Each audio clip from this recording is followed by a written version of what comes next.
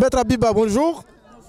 Vous venez d'assister à la première audience du président Laurent Gbagbo en tant que son avocate. Qu'est-ce que vous pouvez nous dire? Quelles sont vos impressions pour cette première prestation de la procureure? Bon, écoutez, là pour l'instant on est au tout début du procès. Pour l'instant, il s'agissait pour la procureure de résumer un peu les charges qu'elle a contre le président et les éléments de preuve qu'elle entend présenter contre le président. Ce qu'il faut retenir, c'est qu'elle estime qu'il y a eu un plan commun entre le ministre Charles Blé Goudé et le président Laurent Gbagbo qui aurait occasionné 324 victimes. J'ai pas dit 324 morts, hein.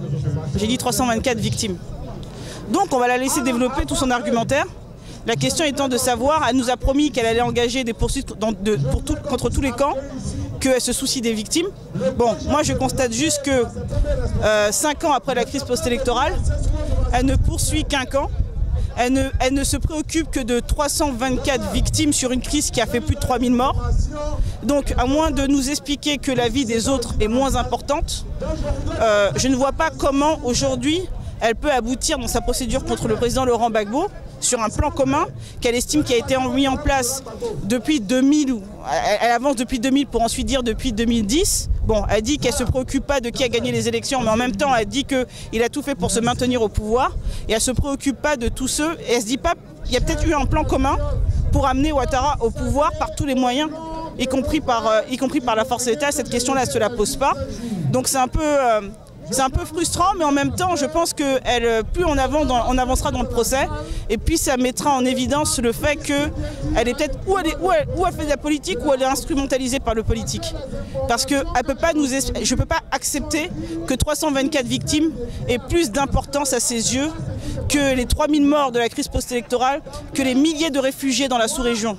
Gbagbo, le dictateur selon elle, sous Gbagbo, le dictateur selon elle, il n'y avait pas un camp de réfugiés dans la sous-région. On prétend qu'on voulait tuer les Doula, les gens du Nord, il n'y avait pas un camp de réfugiés dans la sous-région. Il n'y avait pas des Ivoiriens des réfugiés dans la sous-région. Sous le Ouattara, le grand démocrate, on constate quoi? On constate des milliers de réfugiés dans la sous-région, des milliers de camps de réfugiés dans la sous-région, que ce soit au Libéria, au Ghana et ailleurs. Je pense qu'il ne faut pas insulter l'intelligence des Ivoiriens et qu'elle doit se préoccuper, si véritablement elle entend se préoccuper des victimes, elle a intérêt en tout cas à poursuivre les responsables des 3000 morts. Et pas nous blaguer avec ces 324 victimes où elle nous estime qu'il y a eu de fortes souffrances. C'est pas 324 morts. C'est pas 324 morts. C'est 324 victimes, des gens qui disent qu'ils ont été blessés, violés, patati, patata. Enfin, voilà, je ne dis pas si ce sont véritablement des victimes. Il faut que justice leur soit rendue, mais qu'on arrête les véritables auteurs.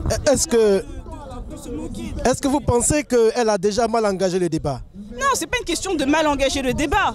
C'est qu'elle a une vision biaisée. Parce que quand on a la CPI, on est censé enquêter sur les crimes les plus graves.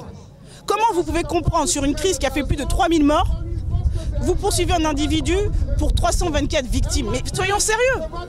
C'est ça le problème. Donc elle a une vision biaisée, une vision partiale, partisane, qui pose problème.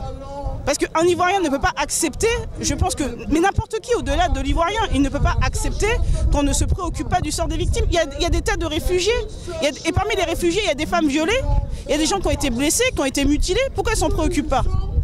Bon, voilà, donc je crois qu'en réalité, ce procès mettra en évidence toutes les défaillances de Bensouda et fera que discréditer la CPI si aucune poursuite n'est engagée contre le camp Ouattara.